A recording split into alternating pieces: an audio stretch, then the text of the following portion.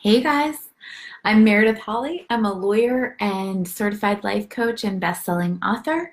I help women stop sexual harassment without quitting their jobs, and one of the ways I do that is by working with companies on to create healthy workplace cultures. Hi, Teresa. Let me know if you can hear me. Just say hi in the chat.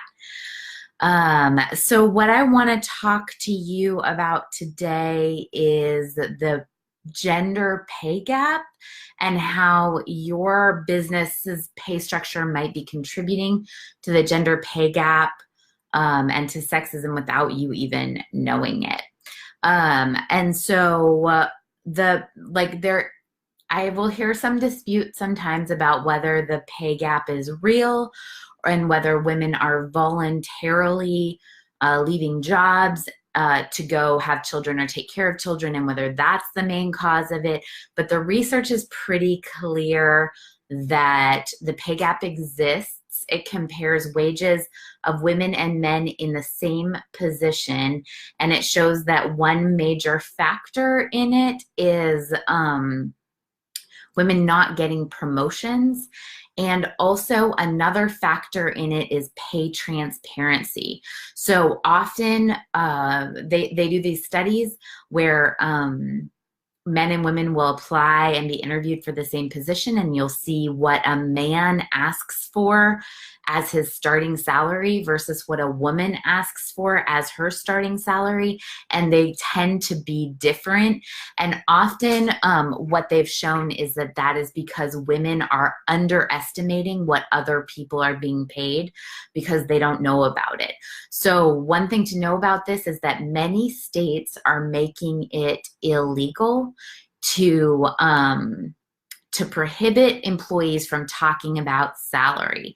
So, for example, in Oregon, you can't retaliate against an employee for talking about their salary, and this is sort of making employers aren't even realizing it, but it's subjecting them to a pay transparency system that they're not prepared for, that they haven't really planned for. And so it's really important to get ahead of this as it becomes more and more and more common for states to make pay transparency the law. So you want to get ahead to make sure that your pay is actually fair and actually equal. Most employers don't want to have unfair pay be their standard. Most employees don't want to be paid unfairly, whether they're being paid unfairly too much or too little. Most employees want their pay to be rational and to be related to the work that they do. Obviously, they don't want to be paid less, but they still want it to be a recognition of the work that they're doing. So the gender pay gap is way worse when it comes to women of color. So white women make about 80 cents on the dollar for every white man. Black women make about 67 cents on the dollar. And the study I just read said that Hispanic women make about 64 cents on the dollar, but I've also seen a statistic that said 54 cents. So it is much more difficult for women of color to get paid fairly. And it is worse for different race groups based on our stereotypes around them. So the number one, I'm going to talk about this on the employee side and what I've seen on the employee side, and I'm going to talk about it for employers also, and how both employees and employers can work together to solve this, and kind of how I work with those groups. For employees, the number one problem I see employees run into when they are asking for fair salaries is that they think it's important for their boss to like them, and that is an important factor in getting a fair salary. So I had this experience when I was working at a law firm where a friend called me and said, I'm trying to get people together and find out what is a fair salary for our positions, because there's a lot of silence in the law around what a fair salary is.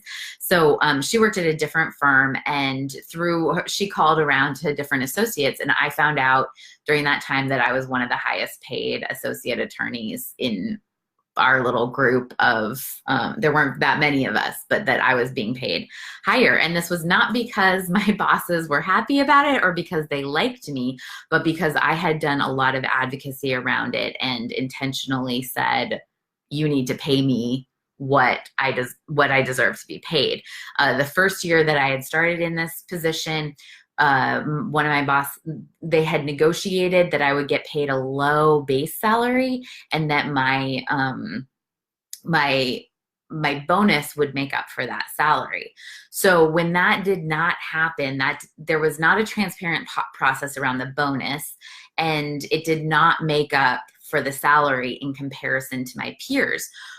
What I did was I went around and I asked all of my peers what they made as their salary. And so I found out what a fair salary was in my area, and I negotiated based on that fair salary. That year I negotiated about an $18,000 increase in my salary based on the research that I had done, not based on my bosses liking me.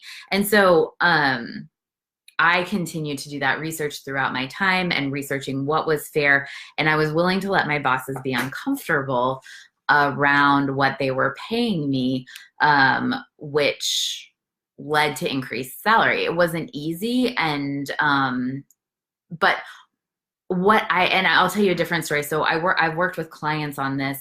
For example, I worked with a client working for an institution, and what he had been doing, this was a man I was working with, and he had been really devoted to the idea that if he worked hard enough, his bosses would recognize his work and he would get paid a fair salary. And he brought up the issue in a really polite way to them, and brought it up, and he never was given the promotion he deserved or the fair salary he deserved. And so we started working together on really being clear about why he deserved what he deserved, that his actual salary was discriminatory, and honest about it. And he pretty soon got the raise that he asked for. We ended up also negotiating a severance for him, though, at the time, because even though once we raised these issues and once we were really direct about what was going on, he got the salary increase that he deserved.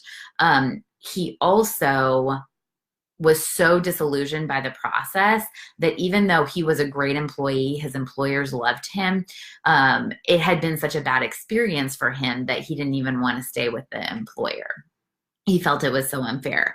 I talked to a woman recently who discovered through like a sheet that someone laid out on their desk.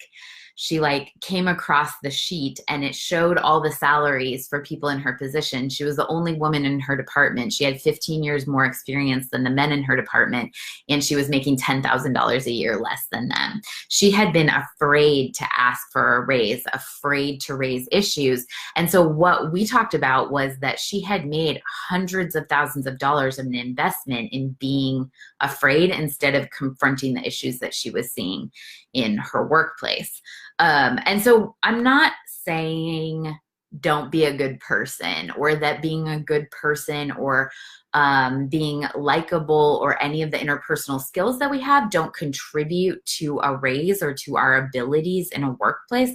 I think that they do contribute, but they are separate contributions than the financial component of what people deserve as a raise.